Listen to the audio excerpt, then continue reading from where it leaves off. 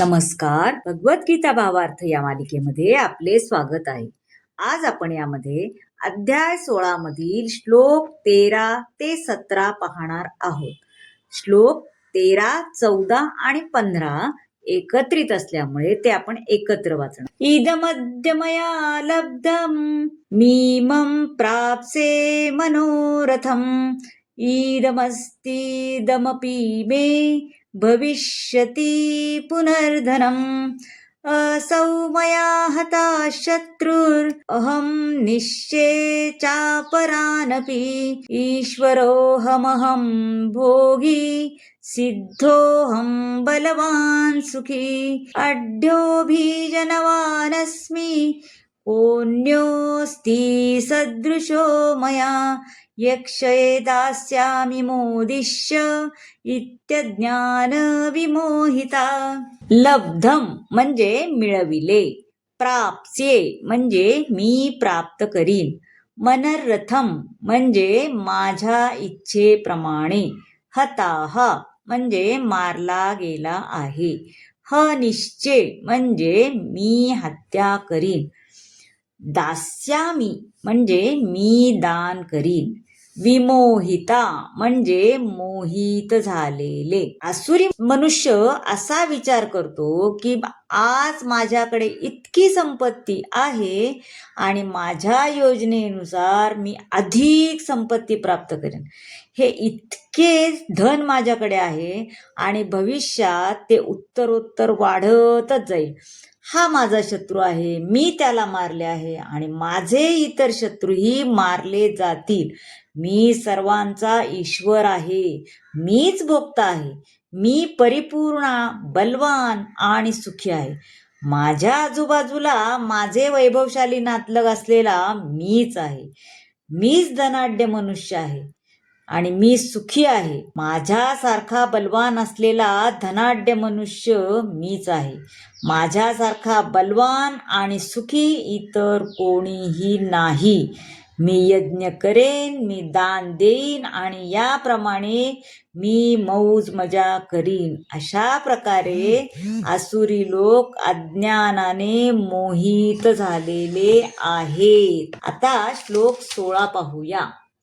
अनेक चित्त विभ्रांता मोहजाल समावृताः प्रसक्ता कामभोगेषु पतंती नरकेषु च. विभ्रांता म्हणजे भ्रांत झालेले, समावृताः म्हणजे आवृत्त झालेले, अशुचौ म्हणजे अपवित्र. अनेक चिंतांनी भ्रांत झालेले आणि मोहजालामध्ये बद्ध झालेले आसुरी लोक इंद्रिय तृप्तीमध्ये अत्याधिक आसक्त होतात आणि नरकामध्ये पतित होतात. आता आसुरी मनुष्याचा धनसंचयाला, त्याच्या इच्छेला काही अंत नसतो. जितकी मिळेल तेवढी पाहिजेच आहे. त्याची धनार्जनाची अभिलाषा इतकी अमर्याद असते की सध्या आपल्याजवळ किती धन साठले आणि ते अधिकाधिक कसे वाढत जाईल, फक्त याचाच तो विचार करतो आणि त्यासाठी तो कोणतेही पापकर्म करण्यास तयार असतो, तो पापकर्म करतो. आसुरी मनुष्याच्या कर्माच्या नियमावर विश्वास नसून स्वकर्तृत्वावर विश्वास असतो. प्रत्येक आसुरी मनुष्याला वाटते की आपण इतरांच्या त्यागावर जगू शकतो. सामान्यतः आसुरी मनुष्याला वाटते की आपण इतरांच्या त्यागावर जगू शकतो, आपणच परमेश्वर असल्याचे त्याला वाटते. त्याला वाटते की आपल्यापेक्षा प्रभावी कोणीही असू शकत नाही. या संदर्भात आसुरी उदाहरण सांगते. आता रावण, त्याने लोकांना सांगितले की मी स्वर्गामध्ये जाण्यासाठी अशी एक शिडी तयार करीन की जेणेकरून कोणीही यज्ञयाग न करता स्वर्गप्राप्ती करू शकेल. परिणामतः त्याच्या नकळतच ते नरकाच्या दिशेने धावत आहेत.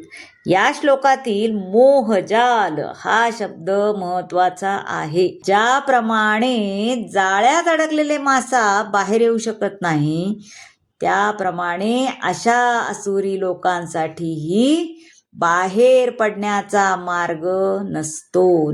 नाही. लक्षात घ्या. आता श्लोक 17 पाहूया. आत्मसंभावितस्तब्धा धनमान मदान्विता यजन्ते नाम यज्ञैस्ते दंभेना विधिपूर्वकम. आत्मसंभाविताः म्हणजे आत्मतुष्टी, दंभेन म्हणजे दांभिकपणे. आपल्याला श्रेष्ठ मानणारे आणि सदैव उद्धट असणारे, धन आणि खोट्या प्रतिष्ठेने मदांध झालेले आसुरी लोक कधी कधी शास्त्रांच्या विधिविधानांचे पालन सुद्धा करत नाहीत.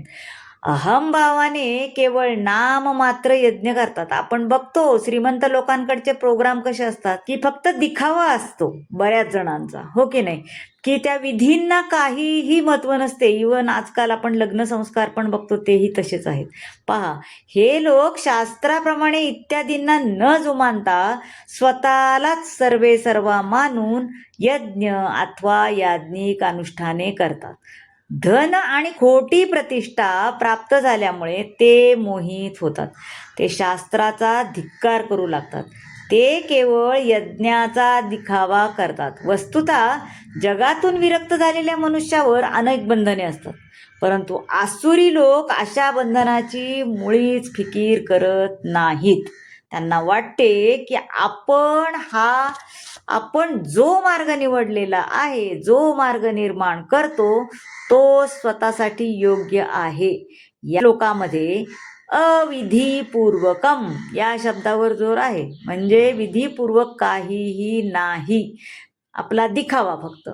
कारण या सर्व गोष्टी अज्ञान आणि मोहामुळेच होतात. तर मंडळी, आसुरी वृत्तीच्या आचरणाचा अजून एक भाग हा तुम्हाला कसा वाटला हे नक्की सांगा. आवडला असेल तर लाईक करा, शेअर करा, सबस्क्राईब करा आणि हो, कमेंट जरूर करा. धन्यवाद.